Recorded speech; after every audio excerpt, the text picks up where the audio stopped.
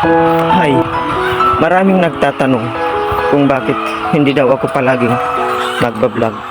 Kahit minsan hindi ako makasama sa aking mga kaibigan. Bakit wala ako dyan? Bakit? Bakit nga ba? Samahan mo ako at sagutin natin ang bakit nga ba na yan. Ano nga ba at sino ba talaga ako? Bago ito at bagong karir. Sino ba talaga ako sa likod ng camera? Isang busy na kasi ako sa pagtatrabaho at marami pa akong pangarap sa buhay na gusto kong marating. At isa na doon ang mabuhay ako ng tahimik na tahimik kasama ang aking mga mahal sa buhay at aking mga kapatid.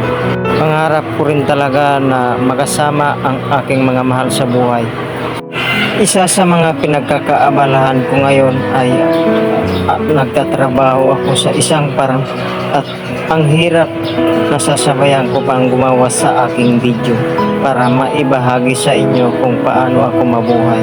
At higit sa lahat yung pagiging isang tatay sa inyong mga kapatid na para ba silang mga anak, kaya nagsusumikap ka na lang kung paano ang mabuhay na masaya at makatulong sa kanila. Mga kapatid ko, ang pinakamasarap na regalo ng Panginoon sa akin dahil nakikita ko sila at kasama at masaya ako.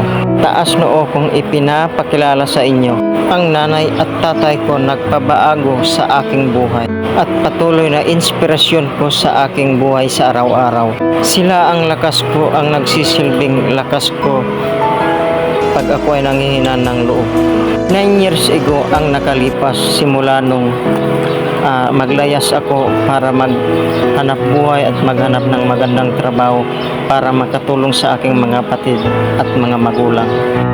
Pero sa pagmamahal nila na pinaparamdam nila sa akin, nababaliwala ang lahat ng pagod mo basta pararamdaman mong mahalaga ka sa kanila. Dobling kayod man, doble din naman ang natatanggap kong pagmamahal galing sa kanila. At sa mga kaibigan kong handang i-extend ang kanilang kamay para lang iparamdam na hindi kami kulang.